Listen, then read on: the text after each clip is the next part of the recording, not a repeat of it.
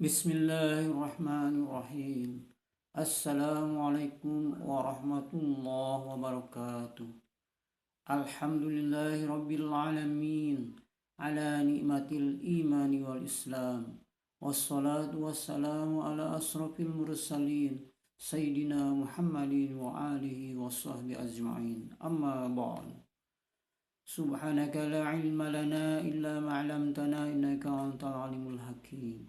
Rabbi shrah li sadri wa yassir li amri wahlul 'uqdatam min lisani yafqahu qawli. Alhamdulillah, puji dan syukur kita haturkan kepada Allah Subhanahu wa taala yang telah banyak memberikan kenikmatan-kenikmatan kepada kita, utamanya nikmat iman dan Islam, salah satu kenikmatan terbesar yang diberikan oleh Allah kepada kita. Nikmat dengan diberinya anugerah sehat yang menyebabkan kita sampai detik saat sekarang ini masih diberi kesempatan oleh Allah untuk dapat mengisi sisa kehidupan di alam dunia ini. Mudah-mudahan sisa umur yang diberikan oleh Allah kepada kita dapat dimanfaatkan sebaik-baiknya hanyalah untuk mengabdi beribadah kepada Allah Subhanahu wa taala. Amin ya rabbal alamin.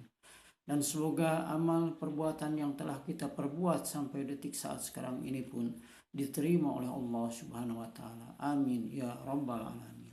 Salawat serta salam marilah kita limpah curahkan kepada junjungan panutan alam kami Nabi Muhammad sallallahu alaihi wasallam.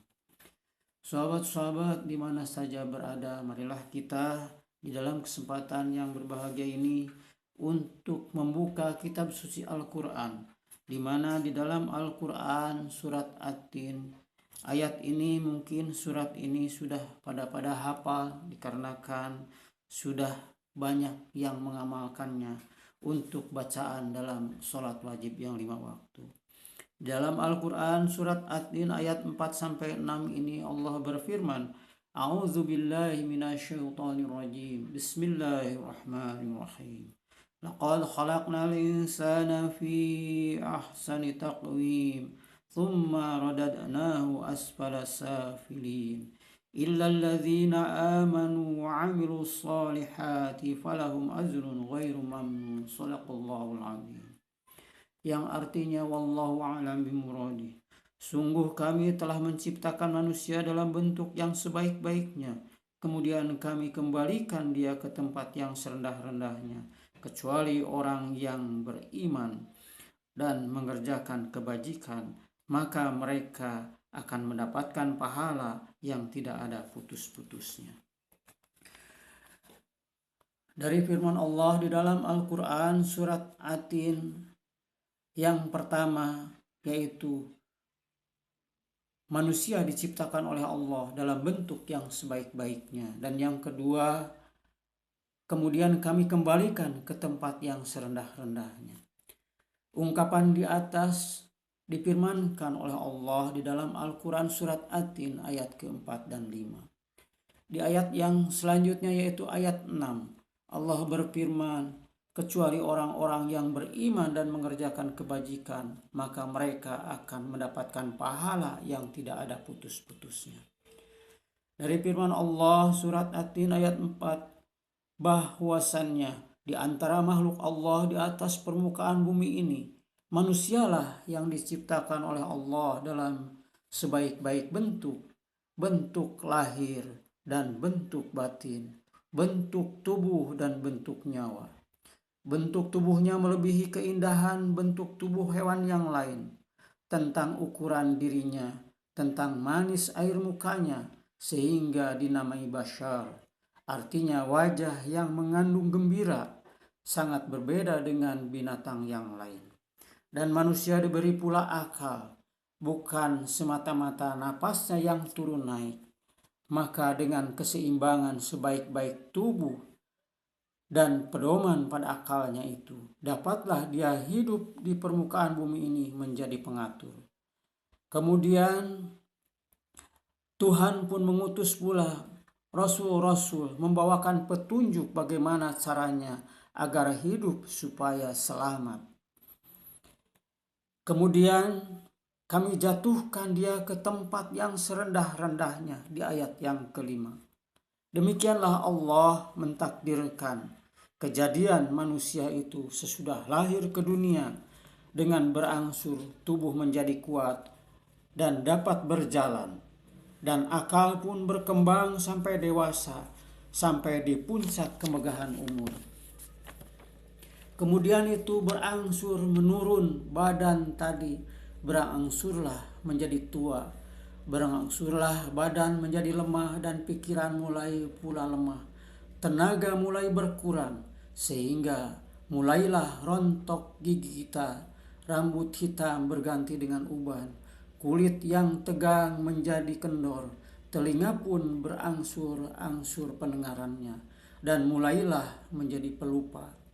Dan kalau umur itu masih panjang, juga mulailah padam kekuatan akal itu sama sekali, sehingga kembali seperti kanak-kanak, sudah minta belas kasihan dari anak dan cucu. Malahan ada yang sampai pikun, tidak tahu apa-apa lagi. Inilah yang dinamai arzalil umur, yaitu menjadi tua renta. Sehingga tersebut di dalam salah satu doa yang diajarkan Nabi Shallallahu Alaihi Wasallam, agar kita memohon kepada Allah jangan sampai dikembalikan kepada umur yang sangat tua dan pikun. Kecuali orang-orang yang beriman dan beramal soleh. Pangkal ayat 6 di dalam Al-Quran surat Atin.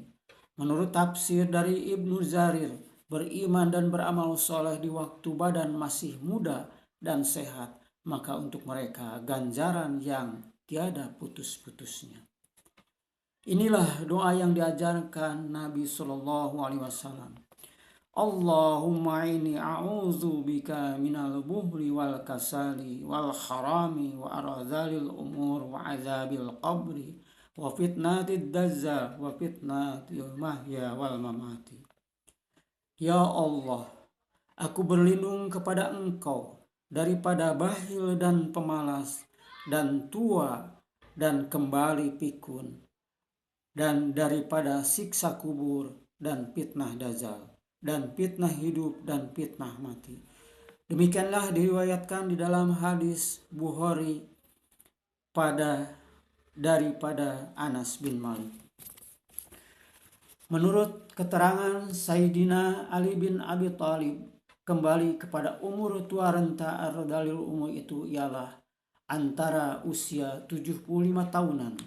Di dalam Al-Quran, umur tua renta arzalil umur itu sampai bertemu 2 kali, yaitu pada ayat ke-70 surat An-Nahl dan surat Al-Hajj ayat ke-5. Di dalam Al-Quran surat An-Nahl ayat 70 Allah berfirman, A'udzu billahi minasyaitonir rajim. Bismillahirrahmanirrahim. Wallahu khalaqakum thumma yatawaffakum wa minkum ma yuraddu ila arzalil umur likai la ya'lama ba'da ilmi syai'a innallaha alimun qadir. Shadaqallahul azim. Yang artinya wallahu a'lam bimuradi, dan Allah telah menciptakan kamu kemudian mewafatkanmu. Di antara kamu ada yang dikembalikan kepada usia yang tua renta, yaitu pikun, sehingga dia tidak mengetahui lagi sesuatu yang pernah diketahuinya. Sungguh Allah Maha Mengetahui, Maha Kuasa. Dan Allah telah menjadikan kamu, kemudian mewafatkan kamu. Di pangkal ayat ke-70.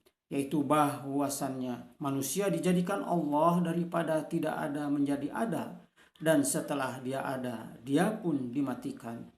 Tiap-tiap yang telah dihidupkan pasti telah dimatikan, dan dari setengah kamu ada yang dikembalikan kepada seburuk-buruk umur.